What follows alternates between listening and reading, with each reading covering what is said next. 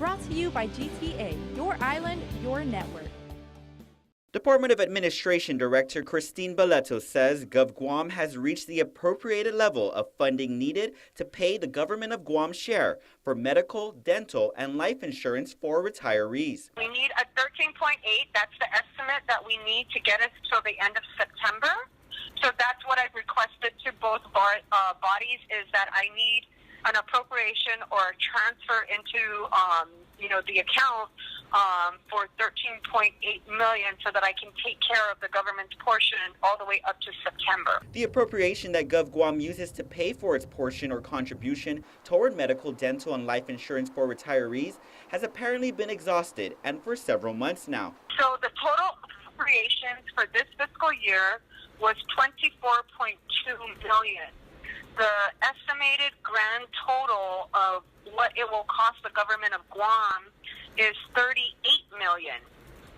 So basically what has happened is, as of May, we ran out of appropriation. Beleto says GovGuam, however, is paying for the insurance for active employees. And just as lawmakers currently discuss the FY 2017 budget in session, GovGuam is also concluding health insurance negotiations, so the exact amount needed for the next fiscal year is hard to determine at this time. Beleto adds DOA is unable to process further payments without additional authorization. She's since reached out to the governor's office and the Guam legislature for either a transfer or supplemental appropriation. I have, brought this concern up, to both the BBMR and also have spoken to the vice speaker about it.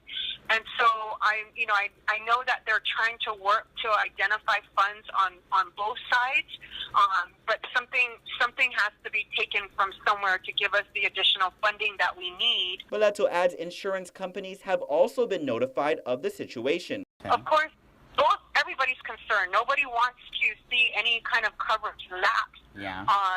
But again, I think it's the whole budgeting process. NetCare's plan administrator Jerry Chrysosimo says, as one of GovGuam's insurance carriers, he was sent a notice on the situation recently. He tells KUAM for health insurance for the retirees contributing level, DOA has been behind at least 2 pay periods.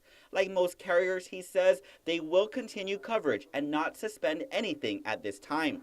Government of Guam Retirement Fund Director Paula Blas adds they too were informed by DOA and was told carriers would continue to provide coverage to its estimated 3,600 retirees.